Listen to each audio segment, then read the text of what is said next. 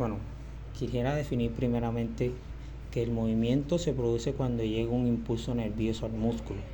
Este se contrae y se estira a los huesos.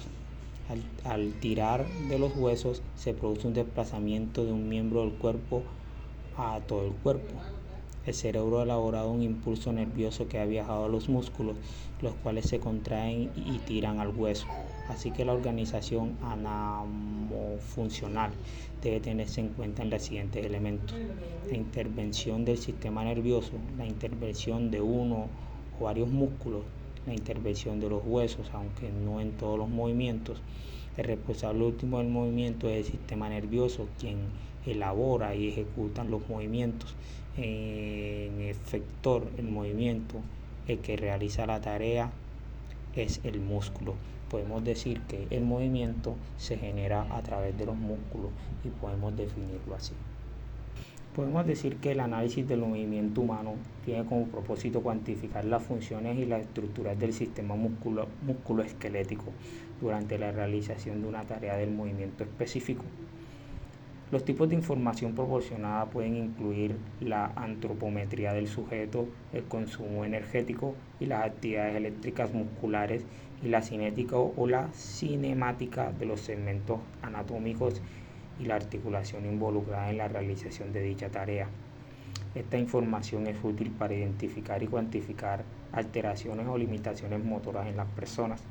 Los factores más importantes para el empleo de dicha herramienta: podemos decir que el movimiento humano tiene varios aspectos importantes para generar todo tipo de movimiento, y uno de ellos va a ser qué función cumple el músculo al ser estirado, al ser contraído, al ser músculo extensor. Entonces todo eso va a jugar un papel muy importante. Siguiendo con la exposición, uno de los aspectos importantes son la biología. La biología va a ser un factor muy importante, ya que va a estudiar por qué se produce el movimiento. Podemos decir que el movimiento se produce cuando llega un impulso nervioso al músculo y este se contrae y tira a los huesos. Como lo decía anteriormente, la biología va a ser el factor importante. ¿Por qué? Porque estudiando al hombre, estudiando al ser humano, él va a saber por qué y quiénes ayudan a realizar el movimiento.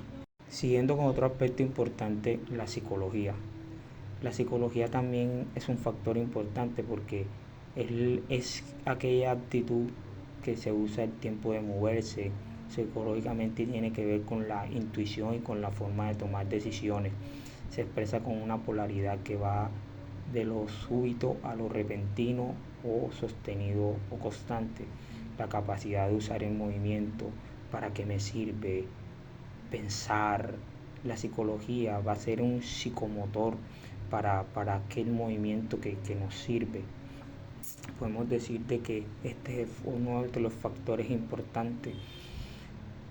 Ya habíamos dicho que la biología estudia el por qué se realiza, la psicología es pensar para moverme, por qué lo realizo, las intuiciones, ese por qué muevo este peso, por qué me muevo en este tiempo. Podemos observar también que otro de los aspectos importantes es lo sociocultural. ¿Por qué?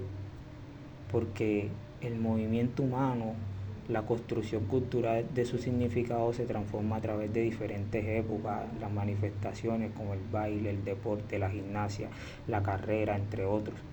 Va a ser importante, desde tiempos antiguos el ser humano se viene moviendo, cómo se construye socioculturalmente, las manifestaciones culturales, porque el movimiento, sus implicaciones en la sociedad. Son muchas preguntas que nos hacemos por qué el ser humano realiza este tipo de actividad. Por ejemplo, la educación física argumenta las metodologías de la ciencia, la historia, la filosofía.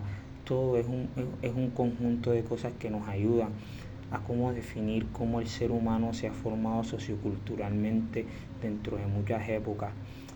El movimiento humano no solamente se ha estudiado desde hoy, se estudia desde muchas épocas, porque se realiza este salto.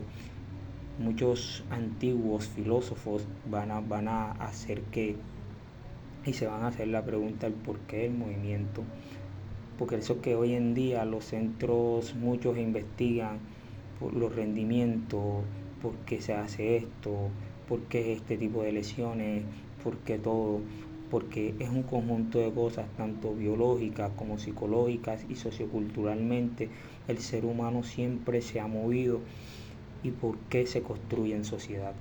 Es por eso que cada uno de estos va a jugar un papel importante. Por eso cito y digo esto. Se ha establecido desde 2004 que el reemplazo de los antiguos de los grupos de estudios socioculturales del movimiento humano fundados en 1985, en cuya intención era crear un espacio para la investigación sobre las manifestaciones culturales del movimiento humano y sus implicaciones en la sociedad.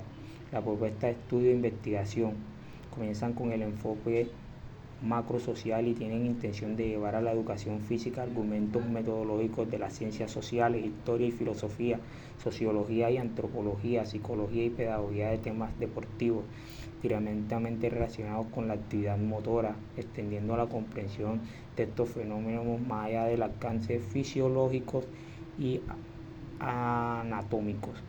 Hoy en día muchos se preguntan y el desafío propuesto de incrementar los estudios de investigación en la educación física desde las perspectivas socioculturales.